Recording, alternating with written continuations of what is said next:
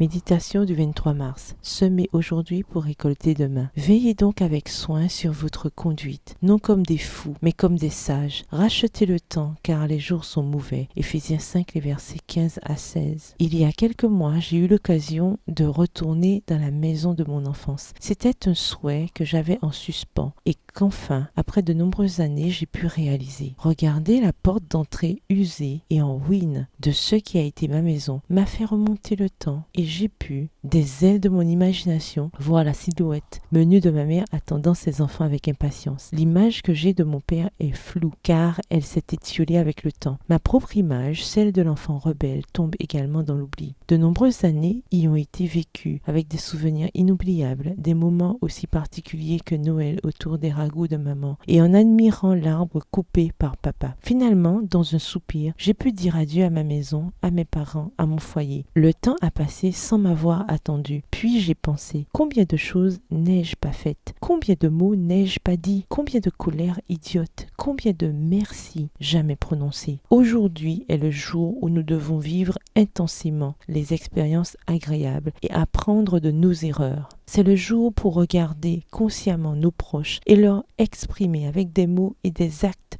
ce qu'ils signifient pour nous. Il est temps de nous assurer que nos bras ne resteront pas vides quand ceux qui sont ici aujourd'hui seront partis. Aujourd'hui est le jour pour rire avec celui qui est heureux et pour pleurer avec celui qui porte en son cœur un chagrin inexprimé. C'est le moment de jouer avec l'enfant car grâce à lui, l'âme restera jeune. C'est le jour pour rêver avec le fils adolescent, pour ne pas perdre les illusions, pour remercier l'époux pour tout ce qu'il fait pour sa famille. Aujourd'hui est le jour pour remercier Dieu pour toutes ces bénédictions que parfois nous ne voyons pas à cause de l'empressement dans lequel nous vivons. La nourriture sur la table, le toit au-dessus de nos têtes, les salutations du voisin, les aboiements du chien qui prend soin de nous, le bruit de la pluie sur les fenêtres, la vibration du tonnerre dans nos entrailles. Vos bénédictions sont nombreuses. Ne les laissez pas passer sans y prêter attention. Appréciez-les au maximum. Toutes viennent de Dieu qui prend soin de vous. Bonne journée et que l'Éternel vous bénisse.